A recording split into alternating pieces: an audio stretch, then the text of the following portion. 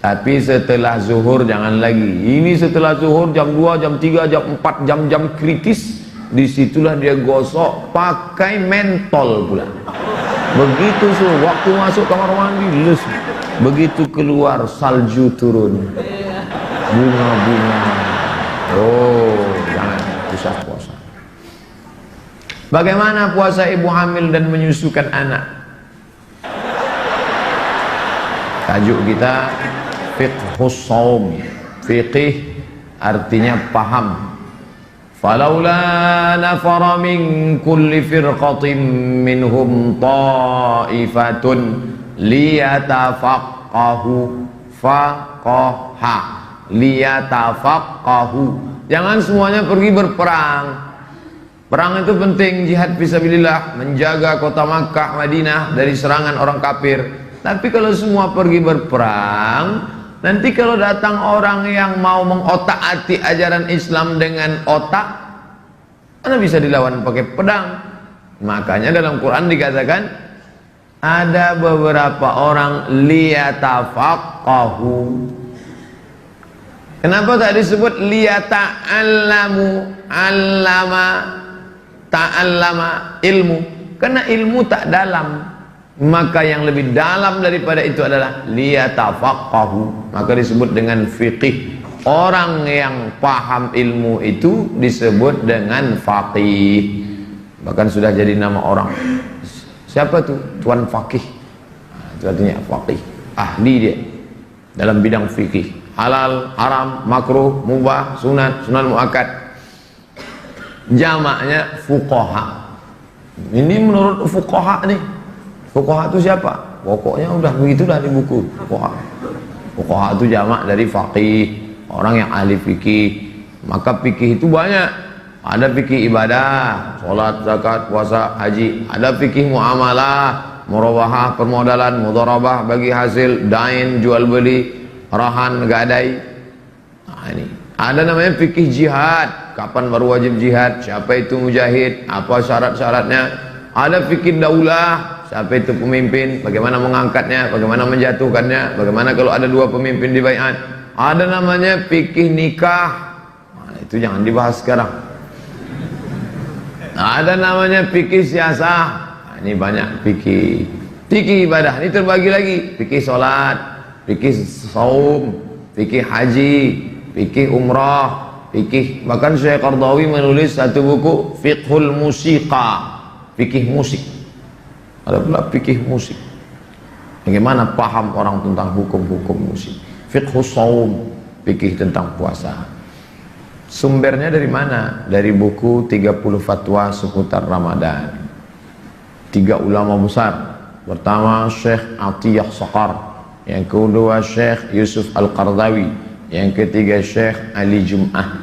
Digabungkan fatwa-fatwa mereka ini menjadi buku Bunga Rampai. Buku yang terdiri dari beberapa tulisan disebut dengan Bunga Rampai, kata orang Melayu. Kenapa? Karena di situ ada bunga, di situ ada pandan yang diiris, di situ ada, ramai dia, harum semerbak, bunga rampai. Anak-anak muda yang sekarang tak paham adat tradisi Melayu disebut bunga rampai, dia bingung. Dia taunya bunga api. Puasa setelah nisfu Sya'ban. Hadisnya jelas dari Abu Hurairah radhiyallahu anhu, disebutkan dalam riwayat Abu Daud.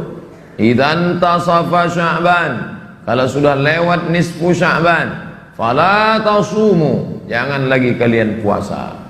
Kebetulan besok Rabu, setelah Rabu Kamis, tiba-tiba ada ibu puasa. Kamu kenapa? Saya puasa. Mana boleh puasa? Ini kan sudah lewat nisfu Sya'ban. Boleh puasa bagi memang terbiasa puasa sunat. Biasa dia puasa sunat. Senin Kamis, Senin Kamis, Senin Kamis. Kebetulan setelah nisfu Sya'ban boleh. Yang kedua, boleh bagi yang mengqadha. Dia punya utang puasa, sudah lama dia mau mengqadha. Begitu tinggal puasanya 7 hari tahun lalu, maka Syawal tuh ngomong qadha. Begitu niat ngomong qadha, undangan halal bihalal di Hotel Pangeran. Tak jadi. Besok begitu mau qadha, datang kawan ngajak asam pedeh bau. Tak jadi. Nantilah bulan Zulhijjah insyaallah. Di bulan Zulhijjah pula melepas jamaah haji. Kloter 1, kloter 2, kloter 3, Zulqa'dah melepas jamaah. Bulan Zulhijjah aja lah nanti. Bulan Zulhijjah dapatlah daging kurban sampai menyipak kaki sapi dalam kulkas. Tak jadi. Ini Ustaz ini cerita tentang siapa ya? Tentang saya sendiri. Nah, maka bagi yang ngomong qadha boleh. Karena kalau tak di qadhanya sekarang Ramadan dari Ramadan, Syawal, Zulqa'dah, Zulhijjah, Muharram, Safar, Rabiul Awwal, Rabiul Akhir, Rabiul Awwal, Jumadil, Rajab, Sya'ban, limit waktu. Tak diqadhanya sampai Ramadan. Setelah Ramadan nanti dia sudah kena denda. Kalau digantinya dari Ramadan ke Ramadan, qadha saja. Tapi kalau sudah lewat Ramadan, qadha plus fidyah. Kena denda. Kena denda. Oh, jadi bukan kantor pajak aja kena denda. Enggak lah. Ini pun kena juga. Ini tentang masalah puasa setelah nisfu Sya'ban. Jangan baca hadisnya. Ini sudah banyak yang posting hadis ini. Hari Abu Hurairah radhiyallahu anhu berkata, Rasulullah SAW bersabda, apabila setelah lewat nisfu Sya'ban, maka janganlah kamu puasa. Alhamdulillah dapat dalil ini. Memang dia diajak suaminya puasa. Tunjuknya, tengok nih bang, tak boleh lagi kita puasa. Kata suaminya, iya juga ya. Jadi kalau melanjutkan puasa sunat boleh, mengqadha boleh. Berpuasa karena melihat hilal. Sumu li ru'yatih, berpuasalah karena kalian menengok hilal. Waftiru li ru'yatih, berhari rayalah juga karena menengok hilal. Fa in ghubbiya alaikum, kalau tertutup awan, fa'akmilu iddata Sya'ban salasin, sempurnakanlah Sya'ban salasin. Salasah 3, salasin 30. Sempurnakan Sya'ban 30. Memangnya kita berapa Sya'ban nih Pak Ustadz? Hari Jumat 29 Sya'ban. Kalau petang Jumat tak nampak anak bulan, sempurnakan Sya'ban 30. Maka Sabtu pagi masih ada nasi uduk. Tapi kalau petang Jumat nampak anak bulan, maka Sabtu pagi kita puasa. Simple, sederhana. Bagaimana cara menengok anak bulan? Pergilah ke tepi pantai Pariaman, manca lihat anak bulan. Lain nampak hilal tadi, yuk hilal nanda ke rumah awal. Maka kalau di gurun pasir, ini Maroko, ini Mauritania. Dari Maroko ke Mauritania ada gurun di tepi Samudra Atlantik, padang pasir, namanya Sahara. Sahara kata orang Arab. Orang Barat payah menyebut Sahara. Apa kata dia? Sahara. Like snow on Sahara. Seperti butiran salju di tengah Sahara. Gurun Sahara. Maka diutuslah oleh Raja Maroko tim mengintai anak bulan. Kalau menengok matahari ke timur pagi, kalau menengok anak bulan ke barat petang, saat tenggelam matahari, nampaklah anak bulan. Dia tak lama, sekejap saja, bentuknya macam bulan sabit. Kalau bulan itu bulat, namanya Badar. Badr. Kalau bulan itu bentuk sabit, namanya hilal. Badar. Tala'al badru alaina. Badar di situ bulan purnama. Siapa dia? Muhammad sallallahu alaihi wasallam. Dia itu diibaratkan bulan purnama di tengah malam gelap gulita jahiliyah, tiba-tiba datang bulan purnama. Sedangkan bulan sabit hilal. Dua-dua sudah jadi nama orang Indonesia, Pak Badar dan Pak Hilal. Badarudin, Hilaludin. Lahir perempuan Badariyah. SMS tak diangkat, telepon tak dibalas. Angkat.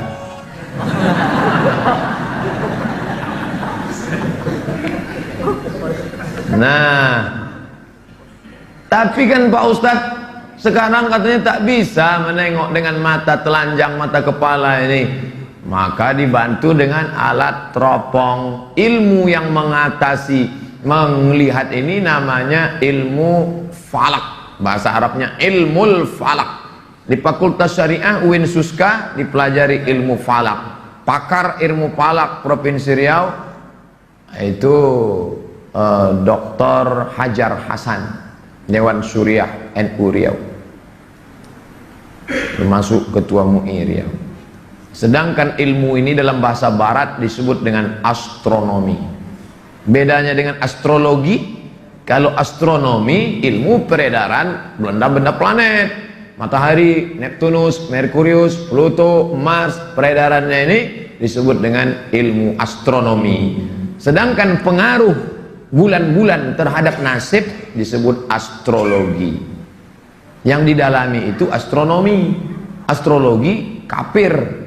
Wow, bila Anda lahir saat pertemuan dua planet, rezeki Anda lancar, bintang Anda Taurus. Itu kafir itu. Karena rusak akidahnya kepada Allah. Datangnya dari mana? Dari Romawi kuno dan dari Yunani.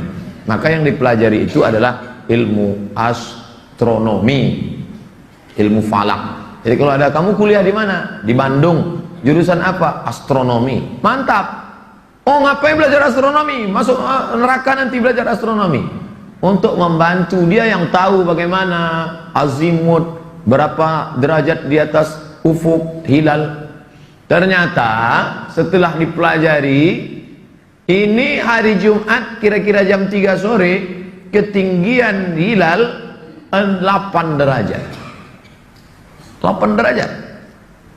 Sedangkan sepakat 6 negara, Indonesia, Asia Tenggara, Indonesia, Brunei Darussalam, Malaysia, Singapura, Patani, Thailand Selatan, dengan Moro, Filipina, yang muslim-muslimnya, sepakat 2 derajat di atas ufuk itu sudah hilal. 2 saja, kecil 2 derajat itu sudah dianggap hilal. Tiba-tiba belakangan muncul dari pakar ilmu astronomi, katanya hari Jumat itu nanti 8 derajat. Jadi besar kemungkinan 99,9% bahwa kita hari raya Sabtu, tapi tetap menunggu sidang isbat. Isbat artinya penetapan 1 Ramadan, yaitu petang Jumat malam Sabtu. NU, Muhammadiyah, PRT, Persis, Al-Irsyad, Nahdlatul Watan, itu bersidang nanti berdasarkan penampakan anak bulan, dibantu oleh astronomi yang mengatakan bahwa petang tadi sudah tertampak hilal 8 derajat.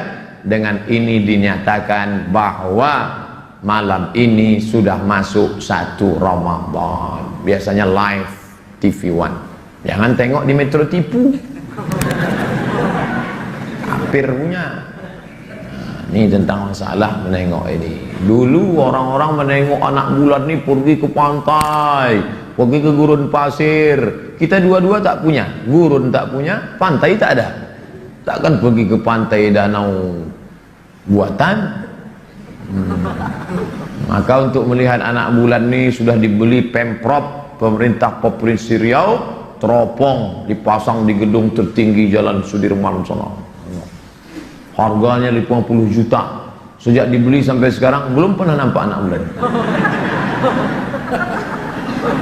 Nanti tengoklah, sore Jumat sudah banyak yang update status itu. Oh, sambil nengok anak bulan. Tengoklah status dia, sedang mengintai anak bulan, menantikan Ramadan. Marhaban ya Ramadan. Tulis saja, kami udah tahu kalian tak nengok. Gaya-gaya aja. Dari mana Ustaz tahu mereka tak menengok? Cobalah perhatikan sidang isbat. Seumur-umur sidang isbat, saya pulang dari Maroko 2008 sampai sekarang, belum pernah lagi kita dengar berdasarkan penampakan anak bulan dari Pekanbaru. Benar. Berdasarkan penampakan anak bulan dari Teropong Cilincing, berdasarkan penampakan anak bulan dari Teropong dari wilayah timur Indonesia. Yang melihat itu bukan asal mengaku-ngaku saja, saksi tersumpah. wallahi tallahi billahi, bahwa saya sudah menengok anak bulan. Kesehatannya diperiksa, mana tahu dia error. Matanya diperiksa, bukan asal mau bersaksi saja, pernah diperiksa satu, rupanya dia sudah tua, bukan nampak, tak ada yang lain nampak, dia sendiri aja katanya nampak, rupanya bulu matanya gugur. Dia bilangnya hilal, ya saya hilang. Jadi maka diperiksa baik-baik. Nah, saya anggota Komisi Fatwa Provinsi Riau. Komisi Fatwa diisi oleh para pakar-pakar agama, tapi tidak bisa lagi sekarang ijtihad tunggal sendiri, tak bisa. Namanya ijtihad rombongan, majma' fiqih, lembaga, kolektif, orang banyak. Untuk menentukan apakah lipstik haram atau tidak aja tak bisa satu ustaz. Ustaz, halal tak ini? Tengok ustaz. Entahlah, maka diperiksa oleh BP POM, Badan Pengawas Obat dan Makanan, balai diperiksanya. Oh, ini ada lemak babi ini, kata dia, tak boleh ini. Jadi saya mulai pakai samak lah bibir tu, siram 6 kali pakai air biasa, air lumpur sekali. Bagaimana kalau pakai sikat gigi pakai bulu babi? Kumur-kumur lah pakai air lumpur. Sama. Makanya jangan beli sikat gigi yang mahal-mahal punya orang barat itu. Makin mahal dia kayak bulu babi. Cabut, bakar. Kalau tercium bau rambut, nah itu dipakai bulu babi itu. Wah, nih pentingnya. Dari astronomi sampai ke babi, coba yang. Nah, kalau ditetapkannya nanti malam itu, biasanya menjelang sholat isya jam 7 udah tetap, supaya orang selesai isya bisa tarawih, maka selesai habis sidang isbat. Bolehkah puasa mengikuti hilal negara lain? Saya tak maulah ikut penetapan MUI. Saya tak percaya sama MUI itu. Saya maunya dari Arab Saudi aja lah. Tak bisa, tak bisa. Karena satu negeri itu bisa ada 2 kali. Bolehkah puasa mengikuti hilal negara lain? Tak boleh. Karena berbeda negeri, beda penampakan hilalnya. Pekanbaru mau ikut Saudi Arabia, ya tak bisa. Jarak Pekanbaru ke Makkah 9.000 km. Bukan dekat. Tak percaya, ukurlah sendiri. 9.000. Dari Pekanbaru ke Medan 600 km. Bisa beda. Oleh sebab itu maka kata Syekh Ali Jum'ah, nama kitabnya Al-Bayan Lima Yushghilul Azhan. Al-Bayan penjelasan, Lima Yushghilul Azhan, tentang perkara-perkara yang menyibukkan pikiran. Sibuk. Maka dijelaskan oleh Maulana Syekh Ali Jum'ah dalam cetakan 1 Kairo Al-Muqattam 2005 halaman 226, kata dia tak bisa kita ikuti ru'yah negeri kita. Jangan ikut Saudi Arabia, pokoknya ikut Makkah. Kita kan sholatnya ngadap Makkah, maka puasa ikut Makkah. Oh kalau gitu sholat Jumat ikut Makkah lah. Jam 12.30 di sini, di Makkah baru jam 8.30. Saya waktu pertama mengajar di kampus, datang mahasiswa, Ustadz, ya guru kami tak pernah sholat Jumat di pesantren. Di mana dia sholat? Di Mekah, Ustadz. Saya bilang sholat Jumat di Makkah jam 12.30, di pesantren baru jam 8.30, di Makkah baru 8.30 pagi. Jadi guru ente ngapain di sana 8.30? Iya juga ya, katanya. Dia tak tahu. Ustadz bongak, murid bodoh. Pernah tak terjadi perbedaan puasa di 2 negeri selama pada zaman sahabat Nabi? Pernah tak terjadi? Yang ini puasa Jumat, yang ini puasa Sabtu. Pernah. Hadisnya riwayat Imam Ahmad bin Hanbal dalam kitab Al-Musnad, Imam Muslim dalam kitab Sahih Muslim, Imam Abu Daud dalam kitab Sunan, At-Tirmidzi, Abu Isa At-Tirmidzi dalam Jami' At-Tirmidzi atau Sunan At-Tirmidzi. Ceritanya Ummul Fadl bintil Haris mengutus Quraib.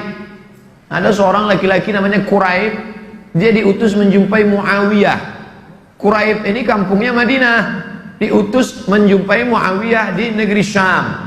Karena waktu itu yang menjadi gubernur Muawiyah di Syam. Syam itu sekarang Suriah. Lalu dia pun pergi ke sana. Kata Quraib, aku sampai di negeri Syam, aku menunaikan segala hajatku, dan kami di negeri Syam melihat hilal itu malam Jumat. Kamis malam Jumat kami tengok hilal di negeri Syam. Pulang Quraib ke Madinah, jumpa sama Abdullah bin Abbas di Madinah, melihat hilal malam Sabtu. Coba tengok, berbeda antara hilal di negeri Syam dengan di Madinah yang jaraknya hanya 1500 km. Bisa terjadi dua penampakan anak bulan. Ini menunjukkan ada dua negeri yang berbeda dengan puasa yang berbeda. Jadi kalau kita berbeda dengan Brunei Darussalam, masuk akal. Dari Sumatera ke Kalimantan, Brunei itu Kalimantan Utara di atas, masuk akal. Berbeda kita dengan Saudi Arabia, jauh sekali. Berbeda kita dengan, tak bisa kita ikut. Pernah terjadi pada zaman Sayyidina Abdullah ibn Abbas radhiyallahu anhuma, negeri Syam malam Jumat, Madinah malam Sabtu. Yang tak pernah terjadi di zaman sahabat itu, sama-sama di Madinah puasanya lain. Nah, itu saja. Adapun berbeda kota, itu pernah terjadi. Bagaimana kalau lupa niat puasa waktu malam itu? Setelah pengumuman, dia pun salat tarawih, dia pun apa segala macam, habis itu dia pun tertidur, tiba-tiba azan subuh. As-salatu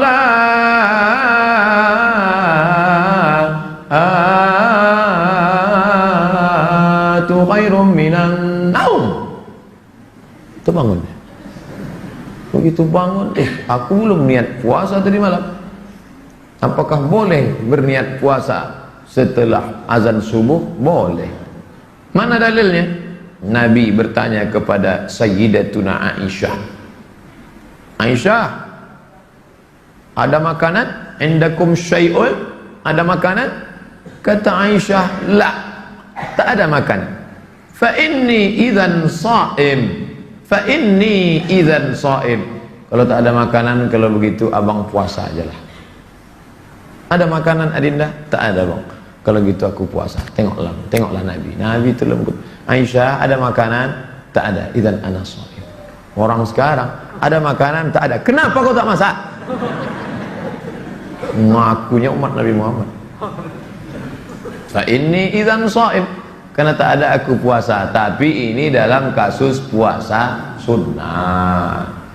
Habis sholat subuh bla bla bla bla bla, gotong royong pulang ke rumah, ada sarapan? Tak ada. Kalau gitu abang puasa lah.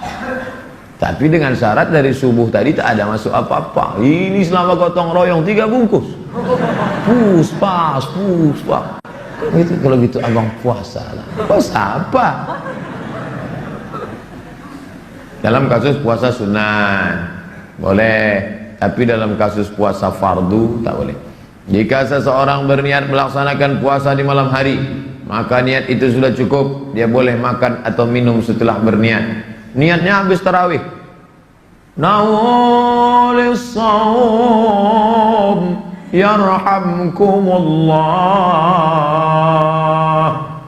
Apa kata Bilal itu mak? Entahlah.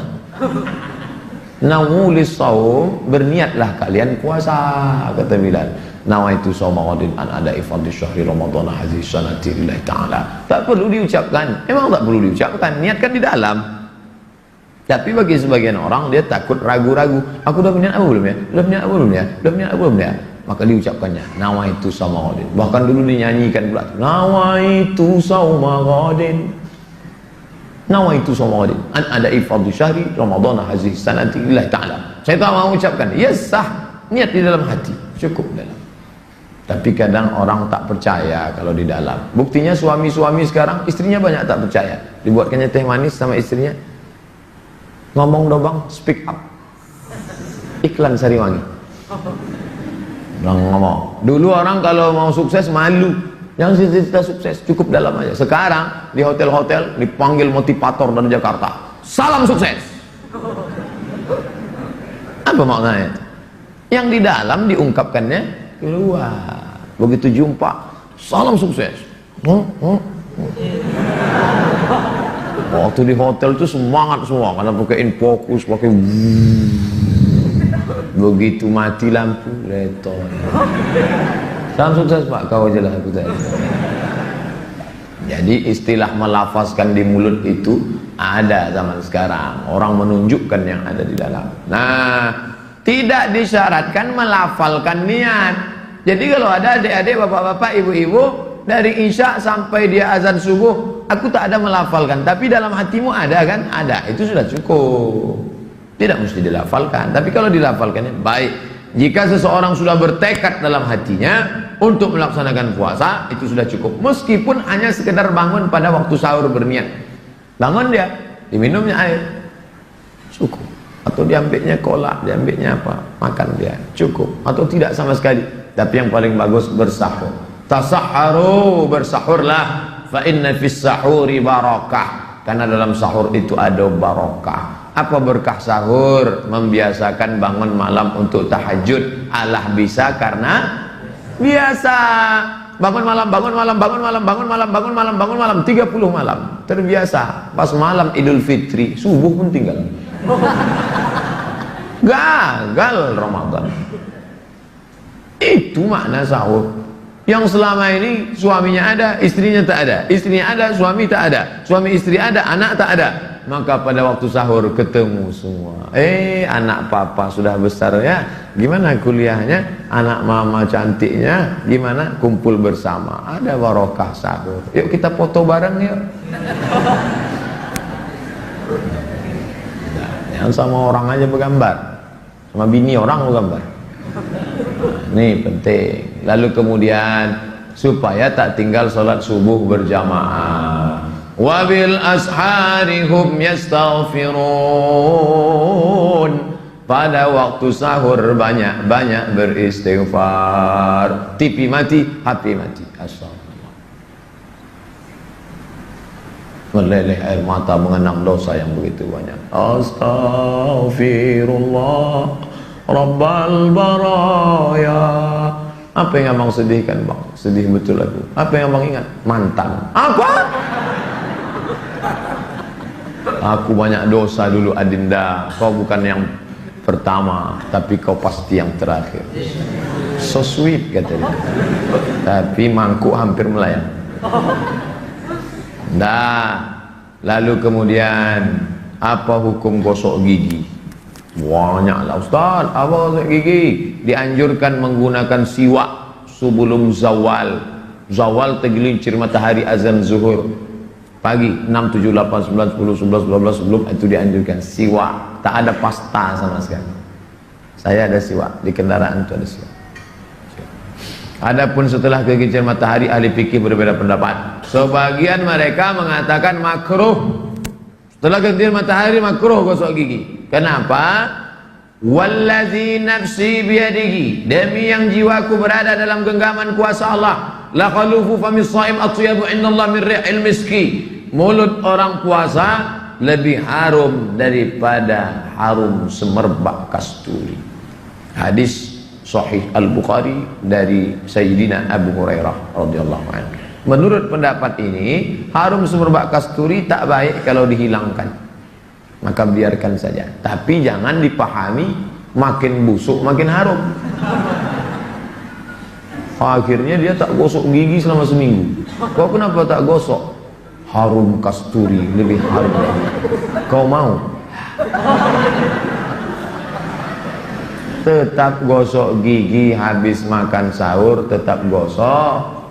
Tapi setelah zuhur jangan lagi. Ini setelah zuhur jam 2, jam 3, jam 4, jam-jam kritis. Disitulah dia gosok pakai mentol pula. Begitu waktu masuk kamar mandi lesu. Begitu keluar salju turun. Bunga-bunga. Oh, jangan usah puasa. Bagaimana puasa ibu hamil dan menyusukan anak? Amin. Wajib qadha saja kata mazhab Hanafi. Ibu hamil qadha saja. Titik. Ganti saja. Sedangkan menurut Syafi'i dan Hambali, wanita hamil dan ibu menyusukan anak kalau mengkhawatirkan mudarat, apakah kekhawatirannya pada diri dan anak, atau dirinya saja, atau anaknya saja, mereka wajib berbuka dan mereka wajib mengqadha. Jika yang dikhawatirkan anaknya saja, maka qadha plus fidyah. Ustadz pakai yang mana? Saya pilih Syafi'i dan Hambali. Ingatnya mudah. Kalau dirinya saja, qadha saja. Diri sama anak, ada unsur anak, maka plus fidyah. Oh, saya tak maulah pakai mazhab ini Pak Ustadz, saya mau pakai Hanafi saja. Ya tak apa-apa, tak keluar dari 4 mazhab, Hanafi, Maliki, Syafi'i, Hambali. Ustadz sendiri mana? Saya tidak hamil dan tidak menyusui, tapi bagi istri saya anjurkan pakai mazhab Syafi'i. Aku tak puasa, kata dia. Kamu tak puasa karena dirimu atau karena anakmu? Ini kan anak kita. Ya, kau tak puasa karena dirimu apa karena anak engkau dan anakku? Aku tak puasa karena diriku, qadha saja. Aku tak puasa karena ada unsur anakku. Kata dokter, jangan puasa bu, anaknya sudah lemas, coba tengok nih, udah ngap-ngap bau lidah. Kalau begitu ada unsur anak, maka qadha plus fidyah. Ini mengingatkan kita tentang pengorbanan emak kita.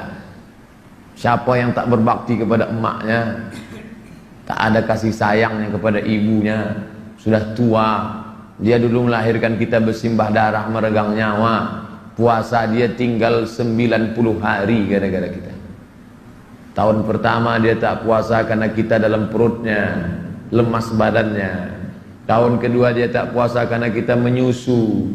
Tahun ketiga kita tak puasa karena menyusu. Hanya untuk diri kita yang hina, yang jahat, yang kotor, yang bernajis. 90 hari puasanya tinggal. Gimana kita mau menebus? Kalau hidup dia sekarang, belikan baju barunya, belikan selop cantiknya, belikan apa yang menyenangkan hatinya. Kalau tak bisa menyenangkannya, jangan menyusahkannya. Ini udahlah tak bisa menyenangkan, menyusahkan saja. Asal nampak mukanya susah orang tua. Mampus. Jangankan nampak orangnya, nampak nomornya pun susah orang tua. Si sumber masalah. Nah, saya sampaikan itu selalu ke mahasiswa, mahasiswi, jangan kalian menyusahkan orang tua. Kalian sudah cukup menyusahkan dulu, jangan sampai susahkan lagi. Bagaimana jika tak mengqadha puasa tahun lalu? Jumhur sepakat, mayoritas jumhur ulama mewajibkan fidyah bagi orang yang menunda qadha puasa Ramadan hingga masuk Ramadan berikutnya. Fidyah tersebut adalah memberi makan satu orang miskin untuk 1 hari puasa yang ditinggalkan. Makanan tersebut cukup untuk makan siang dan makan malam. Kalau diberaskan berapa? 1,5 kilo.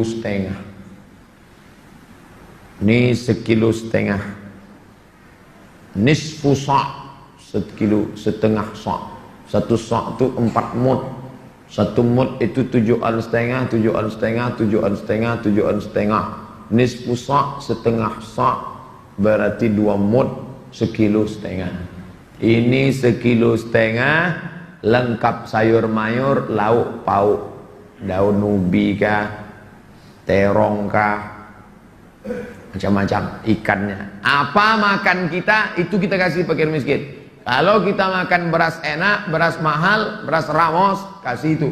Jangan kita beras enak, fakir miskin beras catu. Raskin dia kasih. Putih juga, karena udah dikasih pemutih. Apa lauk kita, itu kasih lauk. Kita makan ikan, kasih ikan. Jangan kita, memang sama-sama ikan. Ikan kita besar, ikan cucu ikan. Memang sama-sama ayam. Kita paha ayam, dia ceker ayam. Waktu mau menyuap tuh meleleh air matanya dengan ceker ayam. Jangan sampai. La yu'minu ahadukum, kamu tak beriman hatta yuhibba li akhi, sampai kau sayang kepada saudaramu ma yuhibbu li nafsihi, sama macam kau sayang pada dirimu sendiri. Apakah suntik dan obat tetes telinga membatalkan puasa? Ada orang berkeyakinan asal masuk ke rongga batal. Asal masuk ke rongga batal. Rongga hidung, rongga telinga, rongga mata. Makanya ada yang mengatakan ngupil batal. Ngupil batal karena memasukkan sesuatu ke rongga. Batal. Korek telinga batal. Udah bunyi azan. Suntik obat tak batal. Suntik sakit perut, suntik sakit kepala, suntik demam tak batal. Tapi suntik impus batal. Karena impus itu makanan. Kalau impus tak batal, pejabat-pejabat, orang-orang kaya enak aja. Assalamualaikum, waalaikumsalam. Pesan impus 60 botol. Pasang di bawah. Masuk 2 botol, habis itu rapat. Anak-anak buahnya letoy semua. Kenapa kalian pada lesu semua? Tengok saya, puasa tetap fit. Udah 2 botol masuk. Patutlah fit. Sebab itu suntik impus batal.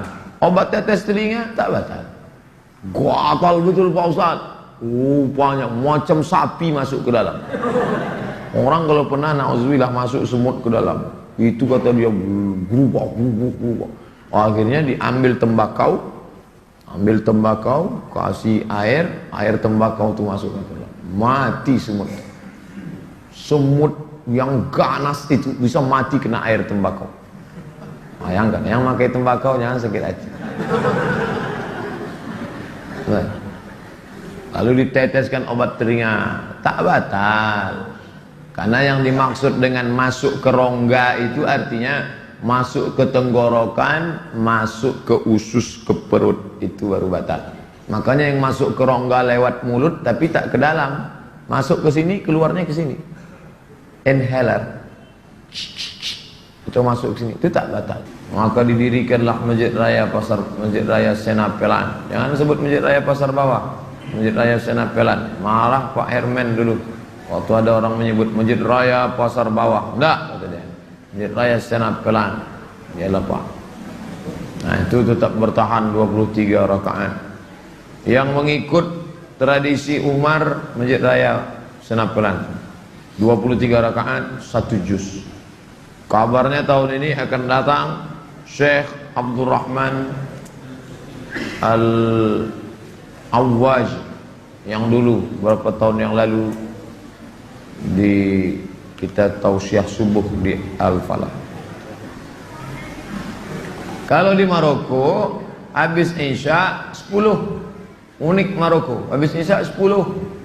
Nanti habis sahur tambah 13, 23 juga. Saya perhatikan lain tempat lain. Kalau di Madinah, Makkah langsung habis Isya 23. Kalau di Maroko dia kredit. Habis Isya 10, nanti habis sahur 23. Kalau di Pekanbaru pilih mana, terserah. Saya malam ini 8 aja lah Pak Ustaz, capek betul. Oke, besok malam 23 lah, terserah. Baik. Yang penting sholat tarawih. Yang paling parah anak-anak gadis, anak-anak lajang membonceng-bonceng dari Kulim, dari Panam, 2 rakaat di atas, 18 di bawah. Jangan kasih anak gadis sholat tarawih di An-Nur kalau bonceng-bonceng. Mau kemana? Sholat sama pacar. Tak ada itu, maksiat, dosa. La talbisul haqqa bil batil. Jangan kalian campur yang hak dengan batil. Apakah boleh suami melarang istri sholat tarawih ke masjid? Laki-laki tak berhak melarang istrinya pergi ke masjid. Jika istrinya ingin pergi ke masjid, tidak ada larangan. Imam Muslim meriwayatkan, la tamna'u ima Allah masajid Allah. Jangan kamu larang hamba Allah yang perempuan kalau mau datang ke masjid rumah Allah. Tak boleh. Biarkan dia ke masjid. Tapi ada hadis mengatakan lebih baik sholat dalam pekarangan, lebih baik sholat dalam rumah, lebih baik sholat dalam kamar, lebih baik dalam tempat yang sempit. Pekarangan, rumah, kamar sempit. Betul, hadisnya sahih. Tapi dalam kasus kapan? Ketika terjadi fitnah, tak boleh perempuan ke masjid. Di Palestina tak boleh perempuan ke masjid, takut ditangkap tentara Israel. Tapi di Masjid Nurul Islam ini, apa ada tentara Israel di balik dinding menunggu? Ada di balik. Maka di Suriah tak boleh perempuan kalau ke masjid nanti ditangkap tentara Bashar al-Assad laknatullah alaih. Apakah boleh berzikir, bertasbih, berselawat di sela-sela tarawih? Assalamualaikum warahmatullahi. Assalamualaikum warahmatullahi. Subhanal malikil ma'bud, subhanal malikil mawjud, subhanal malikil hayyil ladzi la yanamu wa la yamutu wa la yafutu abada. Subuhun quddus rabbuna wa rabbul malaikati warruh. Boleh apa tak boleh? Pemisah antara 2 atau 4 rakaat tersebut sama seperti yang dilakukan penduduk Makkah dulu. Mereka melaksanakan tawaf 7 putaran. Selesai tawaf mereka, subhanallah walhamdulillah wa la ilaha illallah wallahu akbar, subhanallah walhamdulillah. Yang tak sanggup tawaf, baca Quran. Bismillahirrahmanirrahim. Yang tak sanggup baca Quran, pejamkan mata, berzikir subhanallah. Di sela-sela tarawih boleh, tak masalah. Itulah yang membuat orang Madinah menambah jumlah rakaat tarawih lebih dari 20 rakaat, mengganti tawaf terus.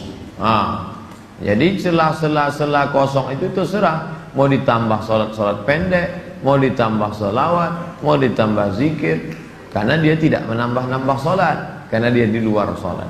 Begitu kata Syekh Atiyah Soqar dalam Fatwa Al-Azhar. Hanya saja dari mulai sekarang ada waktu 3 malam lagi, malam Rabu, malam Kamis, malam Jumat, supaya panitia Ramadan membuatkan kertas yang dilaminating. Nanti dibaca Bilal malam, subhanal malikil ma'bud. Karena banyak Bilal yang tak punya acuan, dia buat-buat sendiri.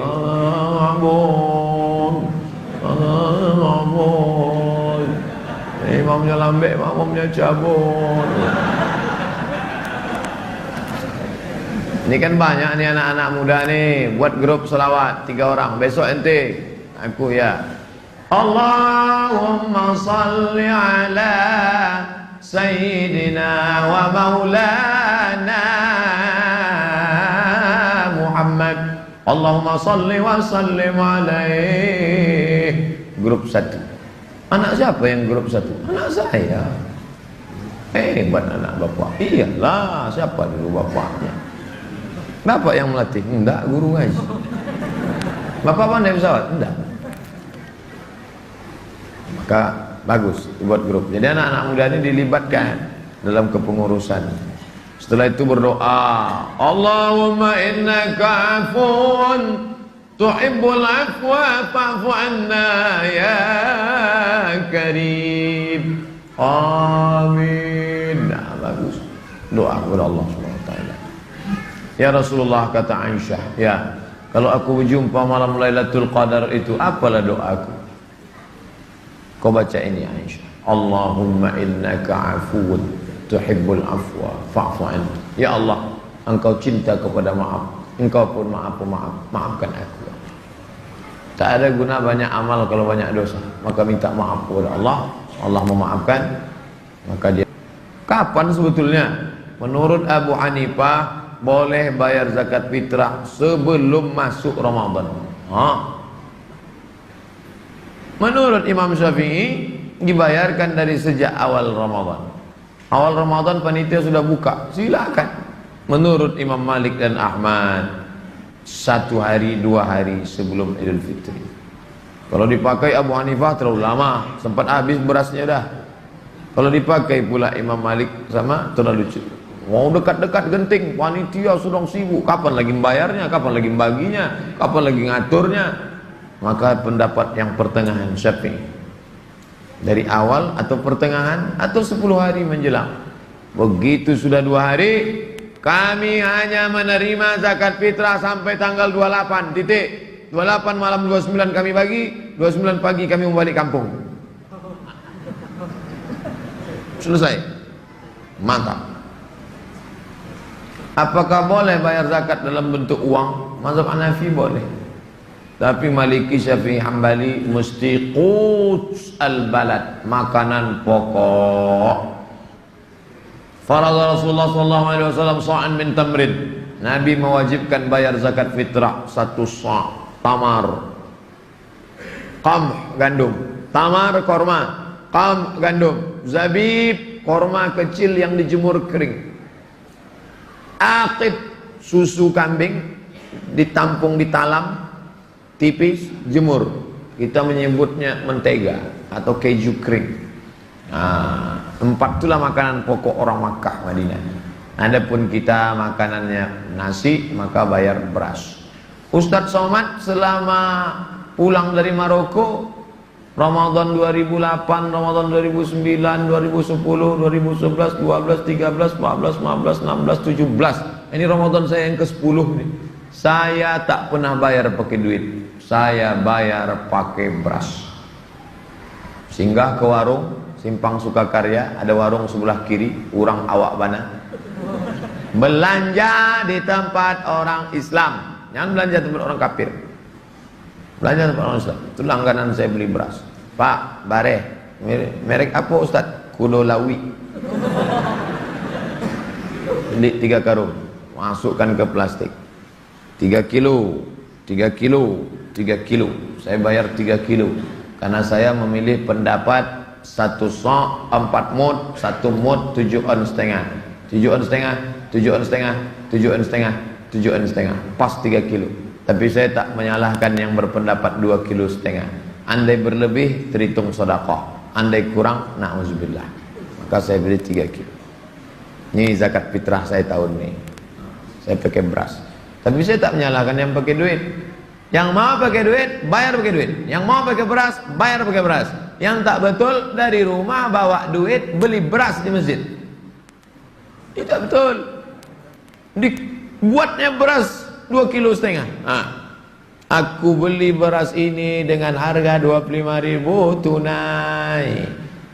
Ini beras punya aku ya. Ya, aku bayarkan zakat fitrahku tahun ini tunai. Aku beli lagi, ya. Aku bayarkan untuk istriku tunai. Aku beli lagi, ya. Aku bayarkan untuk anakku tunai. Anak pertama, anak kedua, anak ketiga, anak keempat. Lama-lama kuyak bareng. Ini tak betul. Karena ketika beras itu sudah dibayarkan, aku bayarkan zakat fitrahku tahun ini tunai, diambil oleh si amil, maka beras itu tak boleh dijual si amil. Itu kan beras fakir miskin. Mana berhak dia jual? Kecuali si amil itu memang tukang jual beras. Dia memang punya kontainer beras di belakang, udah dikumpulnya 2 kilo setengah, itu bisa dibeli. Tapi kalau tidak, maka bayar mau pakai duit, duit aja. Kalau mau pakai beras, beras aja. Jangan dari rumah bawa duit, beli beras di masjid. Itu tak betul. Yang lalu-lalu Pak Ustadz, banyak-banyak istighfar lah. Man mata, siapa yang meninggal, wa alaihi siyamun, punya utang puasa, shoma anhu waliyuhu, maka ahli warisnya wajib menggantikan puasanya. Ini hadis. Tak paham hadis, tengok syarah. Maka dalam syarah San'ani Subulus Salam, syarah Bulughul Maram, kata Imam San'ani, la khilafa bainal fuqaha, tidak ada ikhtilaf antara ahli fikih tentang masalah ini. Hanafi, Maliki, Syafi'i, Hambali, kalau ada orang meninggal punya utang puasa wajib. Maka yang muda-muda jangan kalian meninggalkan puasa. Bagi yang sudah tua, mengqadha puasa. Kalau ada emaknya masih hidup, tanya, puasa emak berapa hari tinggal emak? Sekian hari, qadha emak. Kalau dia tak sanggup, setelah dia meninggal baru kita qadha kan. Ini yang berceramah ini pandai ngomong aja atau sudah diamalkan? Mak saya sudah saya tanya, berapa tinggal? Ganti. Dalam cara menggantinya mudah, puasa Senin Kamis, tapi niatnya qadha. Niat qadha hari Senin, qadhanya lunas, dapat pahala Senin. Itu motivasi. Niat qadha hari Kamis, qadhanya lunas sehari, dapat pahala hari Kamis. Kalau setahun dia istiqamah Senin Kamis, Senin Kamis, Senin Kamis, Senin Kamis, 10 bulan, 80 hari, lunas. Insyaallah 5 tahun ini lunas. Badan sehat, makanan tak terlalu banyak habis, bisa pula mengirit. Nah, itu kolesterolnya terjaga, gula darahnya terjaga, tak akan banyak. Pokok pangkal dari segala penyakit-penyakit itu makanan. Al-ma'idatu baitudda, perut lambung itulah sarang segala penyakit. Makanya Nabi itu makan sedikit, orang kita sedikit-sedikit makan. sedikit-sedikit makan. Oleh sebab itu maka bagus puasa qadha. Tapi kalau tak tahu catatannya, apa boleh buat? Ramadan diisi dengan apa? Nah, ini sudah habis fikih puasa. Itulah dia 30 menit setelah Isya, 40 menit dari maghrib ke Isya. 40 tambah 30 sama dengan 70 menit. Itulah kaji kita malam ini. Kultum, kuliah 70 menit. Baik, video kali ini Ustaz Abdul Somad yang sudah kita tahu bahwa beliau adalah ulama sekaligus dai yang luar biasa. Tidak semua orang memiliki kemampuan bahkan semangat dakwah seperti yang dimiliki oleh Ustaz Abdul Somad. Nah, di bulan suci Ramadan ini Ustaz Abdul Somad di video ini memberikan ceramah atau masukan atau kultum kuliah 70, yakni hal-hal yang membahas tentang fikih puasa khususnya di bulan Ramadan. Jadi beliau berbicara menjelaskan banyak hal tentang fikih puasa di bulan Ramadan. Ustaz Abdul Somad menjelaskan dengan rinci tentang kewajiban puasa bagi umat Islam, kemudian rukun-rukunnya, syarat-syarat yang harus dilakukan, kemudian tata cara pelaksanaannya dalam berpuasa, serta hal-hal yang membatalkan dalam ibadah puasa atau siapa saja yang boleh tidak berpuasa. Nah, kemudian beliau menjelaskan bahwa puasa Ramadan adalah salah satu rukun Islam yang wajib dilakukan oleh setiap muslim, tentunya yang sudah baligh, berakal, sehat dan mampu menjalankannya. Puasa itu dimulai sejak terbitnya fajar hingga terbenamnya matahari dengan menahan diri dari makan minum serta hal-hal yang membatalkan puasa. Ini secara fikih saja, seperti makan es atau minum es dan segalanya. Nah, Ustaz Abdul Somad juga mengulas hal-hal yang dapat membatalkan puasa seperti makan, minum, muntah dan sengaja, berhubungan dengan lawan jenis baik di siang hari Ramadan, serta seseorang itu mengingatkan bahwa harus menjaga niat, kata beliau, dalam berpuasa, fokus pada tujuan ibadah tersebut, yakni untuk meningkatkan ketakwaan kepada Allah Subhanahu wa taala. Selain itu, Ustaz Abdul Somad juga membahas tentang hal-hal yang membolehkan seorang itu tidak berpuasa, seperti dalam kondisi sakit yang berat, hamil, menyusui dan sebagai hal yang menggantinya. Beliau menekankan bahwa pentingnya sahur dalam berpuasa juga hal yang sangat penting, dan itu adalah sunnah, mengikuti sunnah Nabi Muhammad SAW. Nabi menyarankan umat Islam untuk perbanyak amal ibadah, membaca Al-Quran dan melakukan kegiatan-kegiatan positif lainnya selama di bulan Ramadan tentunya. Nah, ceramah Ustaz Abdul Somad ini sangat bermanfaat bagi umat Islam yang ingin memahami lebih jelas tentang hukum-hukum fikih puasa Ramadan serta bagaimana menjalankan dengan penuh keikhlasan tentunya. Semoga di bulan Ramadan ini kita diberikan kesehatan ya, agar kita bisa maksimal dalam melaksanakan ibadah puasa. Terima kasih, kurang lebihnya mohon maaf. Wabillahi taufiq wal hidayah. Assalamualaikum warahmatullahi wabarakatuh.